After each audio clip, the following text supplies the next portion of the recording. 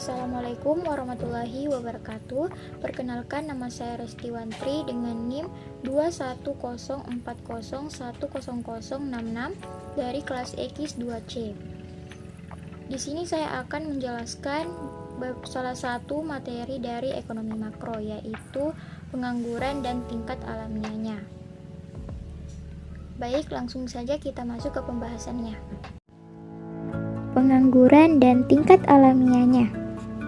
Pengangguran atau tunakarya adalah istilah untuk orang yang tidak melakukan pekerjaan sama sekali, sedang mencari pekerjaan, atau seseorang yang berupaya mendapat pekerjaan yang layak.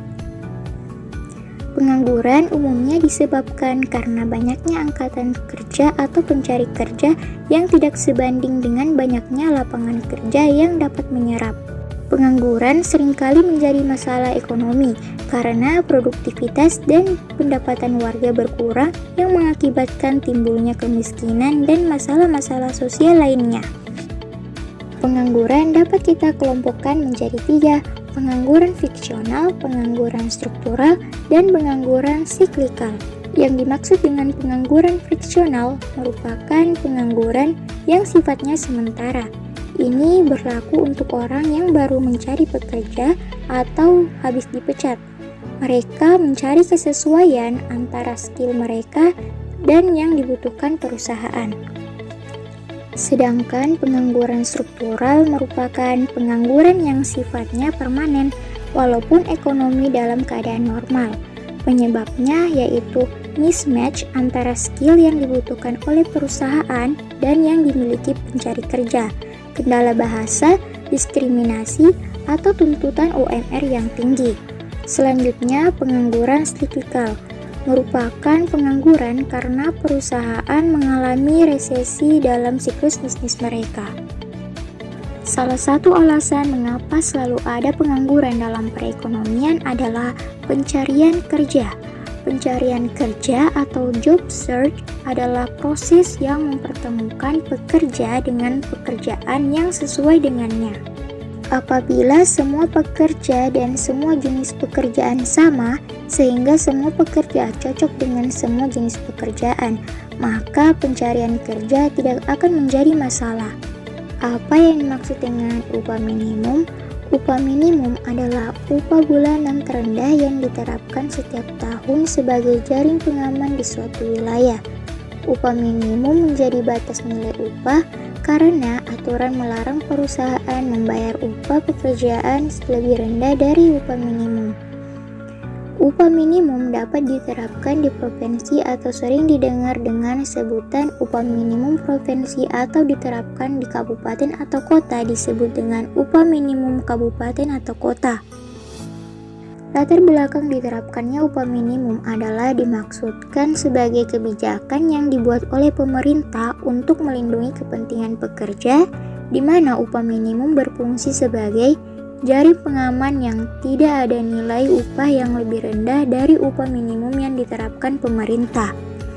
Tidak hanya itu, upah minimum juga melindungi dan menjamin kelangsungan usaha dan mendorong pertumbuhan lapangan kerja produktif. Serikat kerja, tawar-menawar kolektif, dan teori upah efisiensi. Baik, yang pertama kita akan membahas mengenai serikat kerja. Serikat kerja merupakan organisasi perkumpulan para pekerja atau buruh yang memiliki tujuan untuk melindungi hak-hak para pekerja. Ia didirikan agar karyawan dapat menyelesaikan masalah terkait pemenuhan hak mereka oleh perusahaan. Tawar-menawar kolektif atau collective bargaining adalah sistem di mana tingkat upah, jam kerja, dan kondisi kerja di sebuah perusahaan atau industri ditentukan melalui negosiasi antara serikat pekerja yang mewakili pekerja dan perusahaan atau asosiasi perusahaan. Teori upah efisiensi. Menurut teori ini, perusahaan-perusahaan akan beroperasi secara efisien jika upah berada di atas titik keseimbangan. Oleh karena itu, perusahaan akan lebih diuntungkan apabila mempertahankan upah tinggi meskipun terdapat surplus tenaga kerja. Terdapat 4 indikator upah efisiensi. Yang pertama, Kesehatan pekerja. Kesehatan pekerja erat hubungannya dengan gizi dari makanan yang dikonsumsi pekerja. Apabila seorang pekerja mendapat gaji yang tinggi, dia akan membelanjakan uangnya untuk mendapatkan makanan yang bergizi, sehingga pekerja yang mengonsumsi makanan bergizi akan memiliki tingkat keproduktivitasan yang lebih tinggi.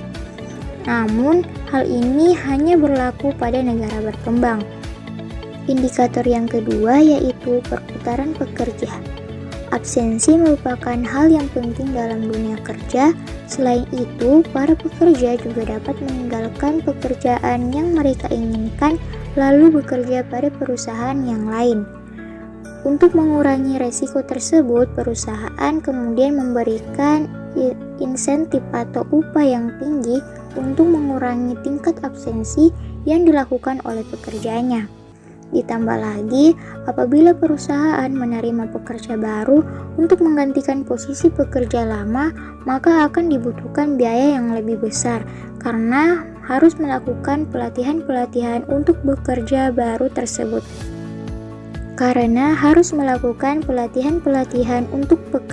tersebut.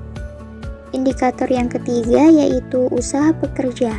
Perusahaan ingin meningkatkan kerja keras dari para pekerjanya dengan cara menaikkan intensif mereka, sehingga dengan begitu para pekerja akan memberikan usaha terbaik yang mereka punya. Indikator yang terakhir yaitu kualitas pekerja. Apabila suatu perusahaan berani memberikan upah yang tinggi, maka perusahaan dapat menarik kelompok yang memiliki kualitas yang lebih baik. Itulah tadi pembahasan yang dapat saya sampaikan.